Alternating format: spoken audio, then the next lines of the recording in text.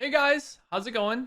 Like Butter here. You guys can call me Drew if you would like. And today I want to talk about getting cards graded for Pokemon and kind of how to do it, how I go about it, and kind of just to give you a basic idea of what you can do to try to learn how to grade your cards for yourself so then you know if certain cards are worth sending in to PSA, Beckett, or CGC. So, first things first, I want to go through and kind of just show you what does it mean to get your card graded.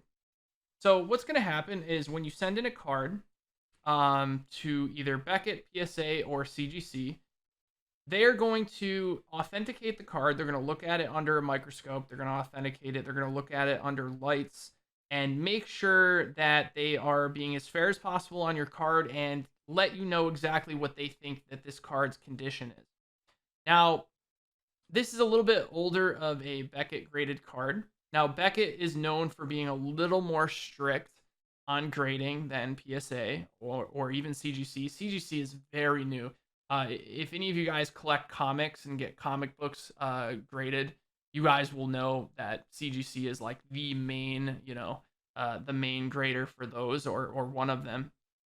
And they just recently got into grading Pokemon cards, but people don't really know what to expect from them yet because it's very early. But how Beckett does it is they break it down into 4 subcategories. So you got centering, corners, edges, and surface. Now, how Beckett does it is basically they average these numbers together. However, they always round down, and you can only get zero point 0.5 higher than your lowest grade. So if for some reason, one of our cats decided to gnaw the corner of these cards when we went to send it in, and this got like a 4, it would be a 4.5. If it got a 6, it would get a 6.5, regardless of the other subgrades. Which is why this card got an 8.5. Now, we got this from a local buy at a card shop for $75, which was a very good buy because this card is going for close to $300 right now and has been skyrocketing lately.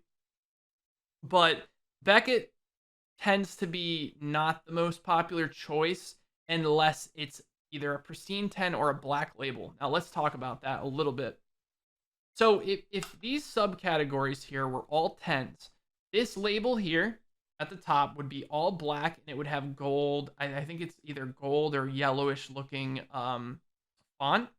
And that would be considered a black label. Now the black labels hold a much higher premium than a PSA 10, which we're going to talk about here in a second. And also the pristine 10s also hold a higher premium in a lot of cases as well, because those are much harder to get. So in Beckett's eyes, who happens to be a company who is a lot stricter on grading than PSA, that card is going to hold higher value.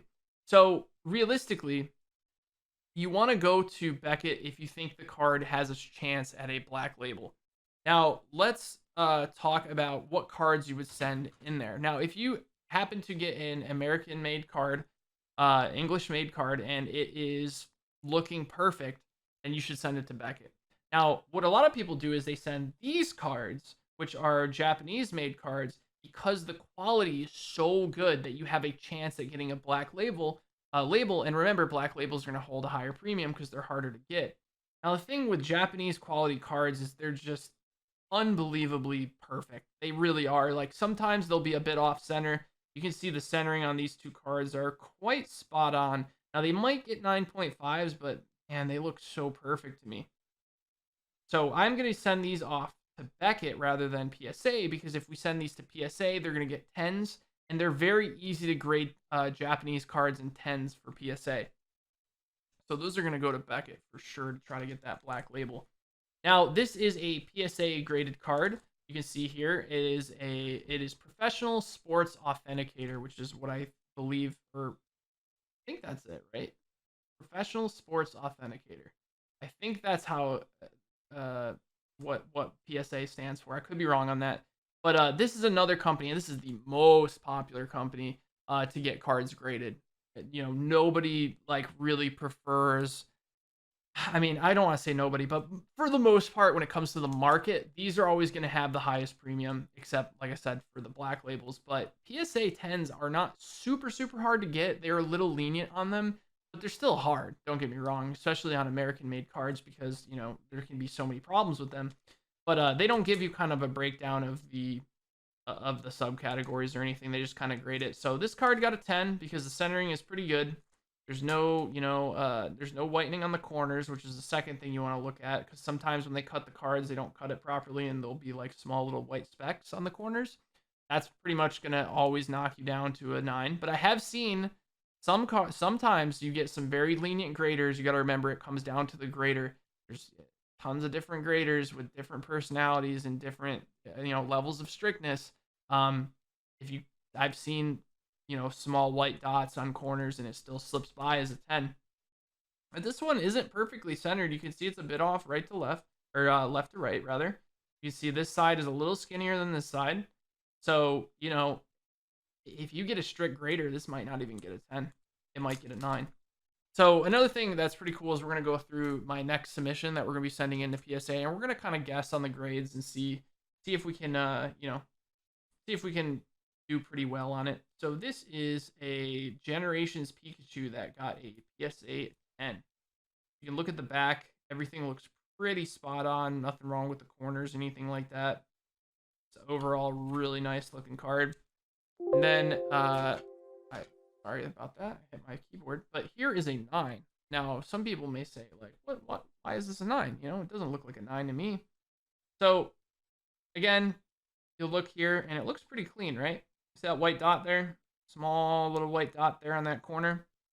Now, that might not be enough to knock it to a 9. If you get a really strict grader, again, all depends on the grader. They might. However, if the centering was perfect and there's a little dot like that, it'd probably squeak by as a 10. It's the centering that I think knocked this one down. Look at the centering on the front. So this the thickness up here is a lot bigger than the thickness down here. And also, it's a little off center from right to left as well. The left side is a little skinnier than the right side. So, this, with that white speck, now if that white speck wasn't there and it was perfect, maybe, but you can see it looks a little ugly, with how much yellow is on the top. And that will bring down your grade, which means that they just cut the card a little too far this way up.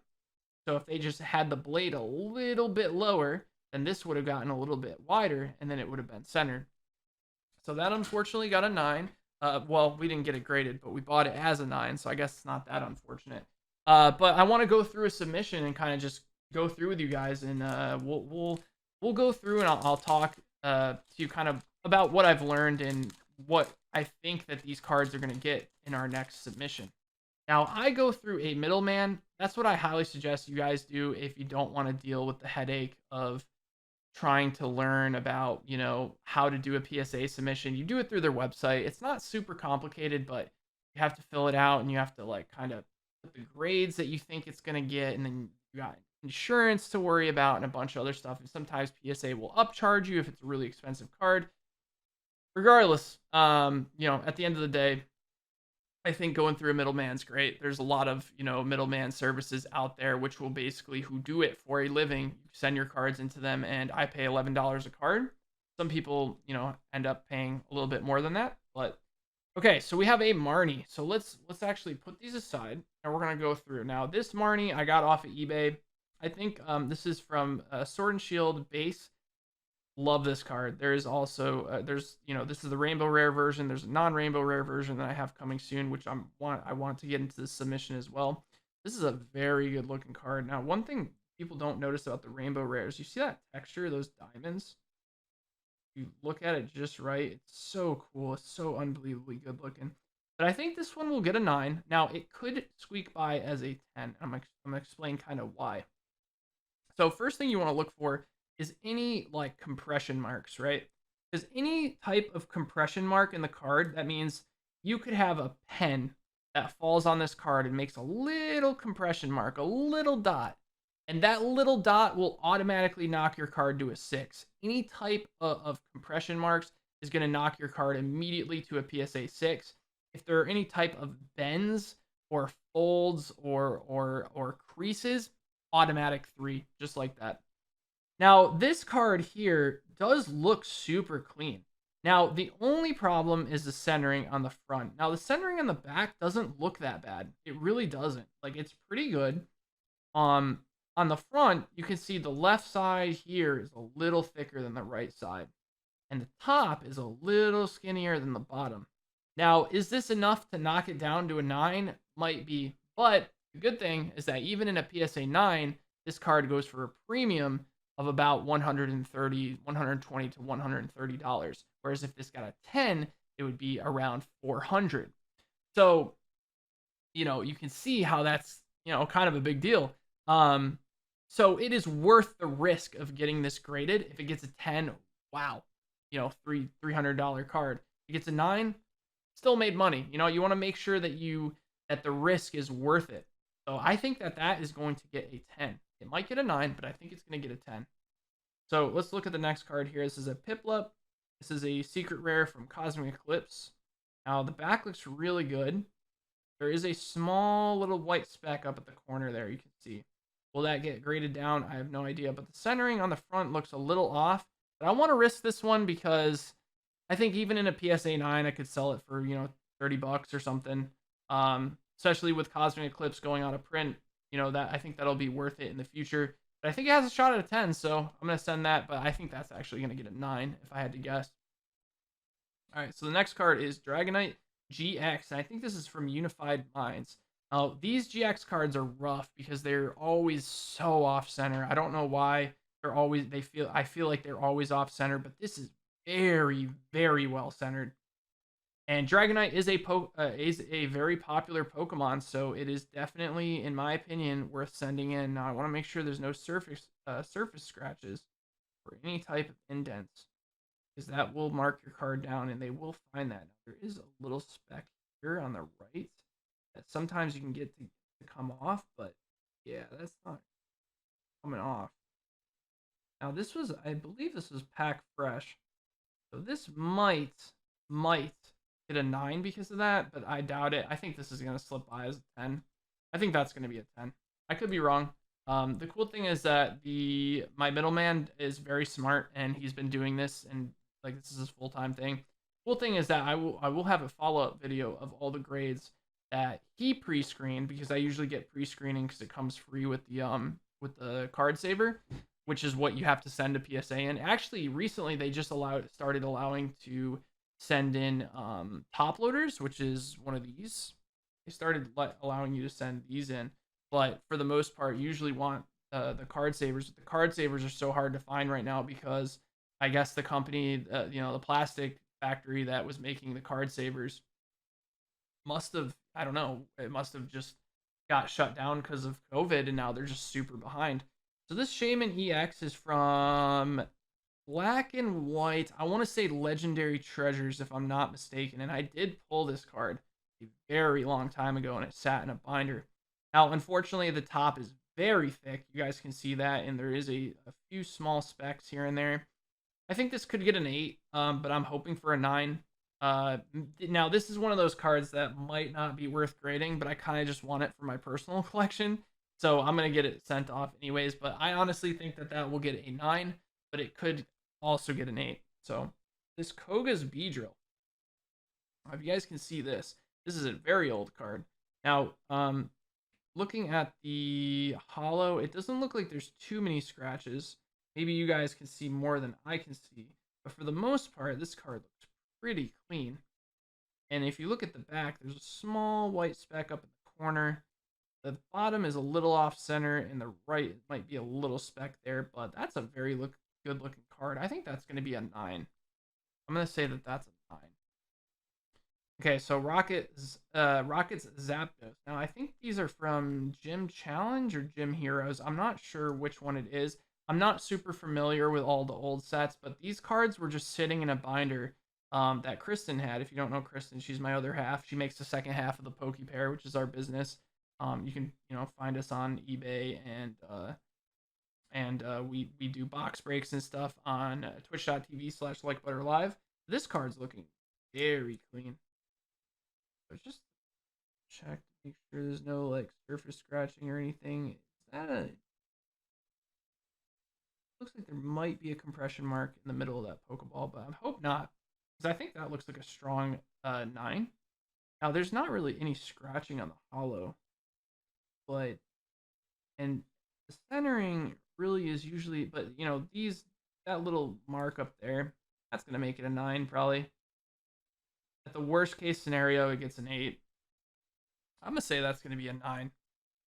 All right, next card we got Shining Lugia. Now this is a card that is from the I want to say it is the premium collector's edition of Shining Legends. Now, these are usually always off center. It's very hard to find these in a PSA 10 because they're so hard to, not only is it a promo card, and most promo cards will get, they'll be sliding around in the box, and usually the way they try to keep them in place is they'll have little prongs on the side.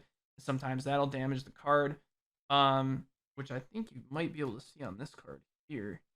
Yeah, just a slight little mark there, which I think is pretty normal with these kind of cards. So this might get an 8. It's super off center. I think it might get a 9. I think if this gets a 9, it'll be worth it. Probably worth like, I don't know, like 80, 90 bucks and a 9. I could be wrong, but I think it's worth grading. I like Lugia. Lugia is a popular Pokemon, so even if it did pull a 7 or 8, I think we wouldn't have a hard time selling it. All right, so we have a Mewtwo GX. This is very well centered. I just pulled this tonight, actually.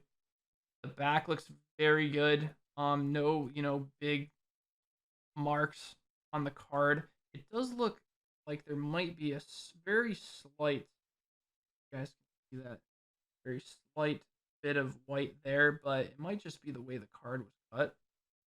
But that should slip by as a 10, hopefully. If it's not and it gets a 9, that's okay. I think it's going to get a 10. Now, this is another promo card that is a very hard to get in a PSA 10 because of, again, promo cards are just are cut really bad. This one looks good, though. This one looks very good. I don't see anything wrong with it. I do see like a small little, looks like a mark there. Hoping that this gets a 10 because usually these will have really bad centering, but if you look here, like the centering is very good looking. I'm hoping that gets a 10. That would be really cool. This I think is going to get a 10 for sure. I pulled this. This is from Team Up. Pulled this a couple days ago actually on the channel, and I was looking at this card under a light. It is very clean. This is the Latios and Latios full art. If you look at the back, pretty much nothing. There is like, looks like there's a little white mark. So this is what kind of stinks about American made cards, is you're going to get a lot of these little dings on the card, and sometimes you get a really strict grader, they might not give this a 10, they might give it a 9. That's, you got to remember it's a pack fresh card, and pack fresh cards do not mean PSA 10s. Even on Japanese cards, like sometimes they'll be off center, Pikachu and Zekrom. This is, oh, I love this card so much. I pulled this from a Team Up pack not too long ago on the channel as well. This one fortunately does not have a nick on the top. I would say that this has a PSA. This is a PSA 10 candidate for sure. I'm gonna be very careful here because I just want to make sure there's no surface scratching or anything like that. It's really common. Wow, that is a very nice looking card. I think that's going to be a 10. I really do think that's going to be a 10. Shining Mew. Now, this is off center for sure. Now, I saw recently somebody got a Shining Mew graded, and it looked like this, and it got a 10. Now, the reason I think I sent this in, now I sent in a couple of these that are perfect. I think the reason I want to send this in is because if you look, there's really just no surface scratches, no chipping, nothing. I think this might actually slide by in a 10, depending on the grader. But the good thing about this is even if it does get a 9, it's still worth getting graded. Because obviously when you get cards graded, it makes their price go up in most cases. Now this is a Misty's Tentacruel, which isn't a super popular Pokemon, but it is a Wizards of the Coast holo from, I think this was Gym Heroes or Gym Challenge. I can't remember which one's which. But that one looks pretty good. I think that's going to have a chance at a 9. I think this is either going to be an 8 or a 9. I'm going to go with 9.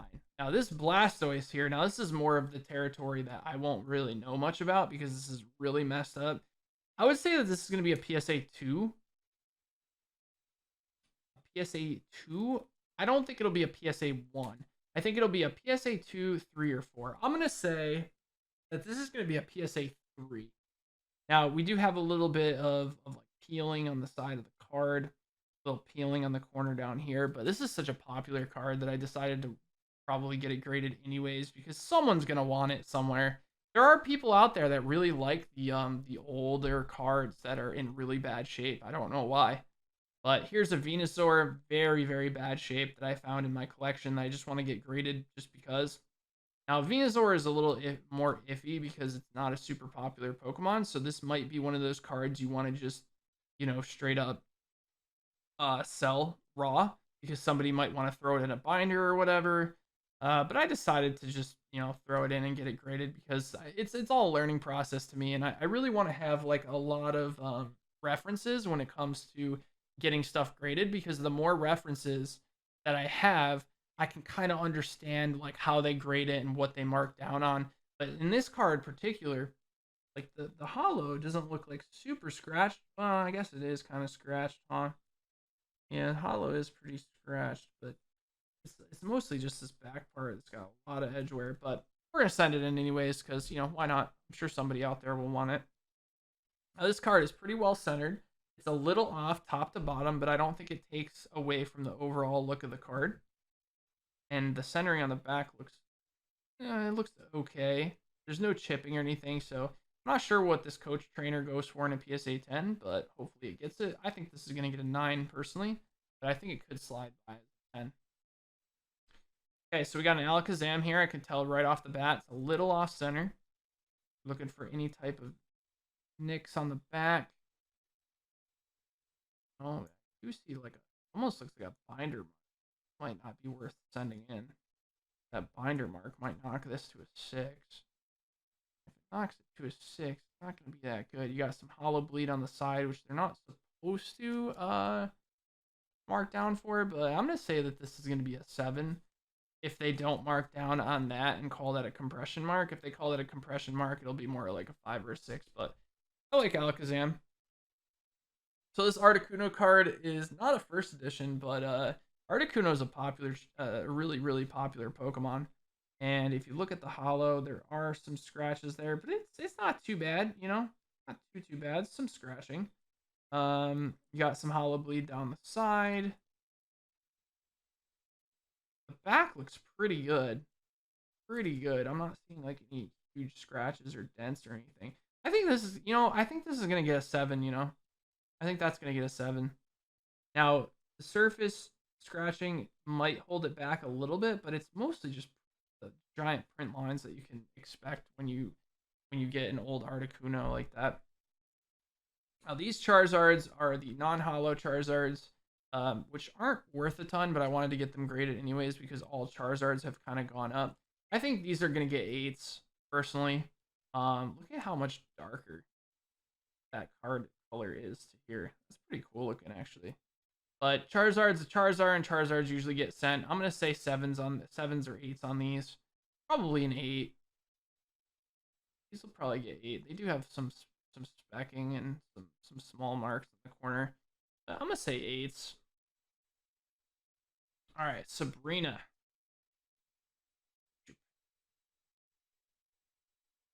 So hollow looks pretty good, which is good. Centering doesn't look too bad. It's really thick on the bottom. Really notice that. I think that's gonna get a 9. I think that'll squeak by as a 9. Might get an 8, but the hollow is super clean, so I'm gonna say a 9. Okay, so the Dark Arbuck. This has a big swirl on the right. If you guys don't know, so in the older patterns on some of the older cards, they kind of had these like galaxy looking patterns, and a lot of times there will be a swirl, which you can see right there, and that right there people will like on their cards, and it will up the value, which is why I think I'm sending this in because it is a first edition. It's not in the best shape. It's not terrible. Yeah, I think this could get like a 7 or an 8. But again, just want to limit test and kind of see what we can send in. And a lot of these aren't in perfect condition. A lot of the cards that are really good I already sent in, but this is just kind of like my third submission. That's got some surface scratching for sure. I think that's gonna be like I want to say like a 7. Could be a 7 or a 6. Might be a 6. There's a lot of scratches there, but we'll see. Okay, so this is a Mega Charizard EX Secret Rare from Flashfire. Now, the way you know it's Flashfire is because of the gold lettering here and the gold borders around the card, and it says 2014 down here. Now, the reason you got to be careful about this is because this card has the same artwork as another card in this set, the non-secret rare, except it's not gold. It's got like blue on the sides, I believe, or orange or something like that. And then another thing is that this same artwork made it into evolutions as well. You got to look for that. But this card's in pretty good shape. It's got some whitening on the back. I got this for really cheap on eBay. You know, don't look too bad. Surface. Oh, Lord, look at that. Yeah, I see that. Well, that probably shouldn't get graded. That probably shouldn't get graded. That scratching there, or like it looks like surface. I don't know what you want to call it, but that's probably not good. So this might be better for a binder collection, because that's gonna give it like a 4, 3, 4, or a 5. I think. I don't know. Maybe they won't mark down that much because it doesn't like hurt the overall visual of the card. It's only if you look at it under a light. I don't know. I don't really know if I'm gonna get that one graded. Okay, so this is a funny card that I got a story for you guys. So I actually went to buy this card. I saw it on eBay for about $3. And it was, it was bidding. There was bidding on it, and I offered the guy $5. $5. That was my offer for him to take it down. Didn't do it. Ended up winning it for less. I actually won the bid war for less. It ended up going for like $3. Now, you may say, why would you ever buy a card like this? I mean, look at it. I mean, this thing went through, a washer machine, got thrown out of an airplane, went through the propeller, got hit by, a car, got dragged down I-95 10 miles. The thing is, with older cards, not a lot of people get them graded. So, for example, like, not a lot of people are going to get this grade and be like, wow, this is a great card to grade. You got big creases going through it, the card's peeling. However, there are people out there who will target a certain Pokemon card and they will try to get every single card 1, 2, 3, 4. So they'll try to get a PSA 1, PSA 2, PSA 3, PSA 4, PSA 5, all the way up through 10. Now, the thing is, you cannot find these very often because not a lot of people are going to damage, very valuable cards like this just to get it to be worth something less. So if you're picking this up for $2 and I spend 11, I think in total, sorry, my nose keeps itching me, keeps itching. I think I paid for this card, I think I paid a total of $5, right? That's shipping, eBay, tax, all that stuff, about $5. Now, if I get this graded for 11, I'm $16 in. I can probably sell this for, $40, $50. I probably could, because the population on this card in a PSA 1 is going to be so low. Plus, it's got history. It's got a swirl on the right.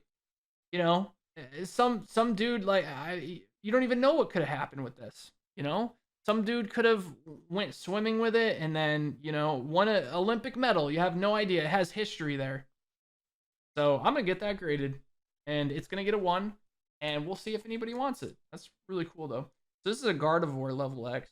So I was going to do this in one video, but I think I'm going to break up the other set for another video because it's getting quite long. It's getting close to 30 minutes, and I know it's, 30 minutes is very long. This Gardevoir level X looks awesome. It looks really, really good. You got a swirl on the right. Yeah, that looks good. That looks like it could get a 9, Very good looking card. So I'm going to say a 9 on that. So those are the submissions that we're going to send in, but I do have another stack here, but I want to save this for another video because it's a lot of cards to go through, and we will do that in the next part. But yeah, let me know what you guys think in the comment section below. What cards are gonna get what grade, and I'd love to hear your opinions on it. Maybe if you're a little more experienced than me, you'd be like, hey, LB, I don't think that's gonna get a 7. It's gonna get an 8. Feel free to do that. But be sure to drop the video a like if you enjoyed.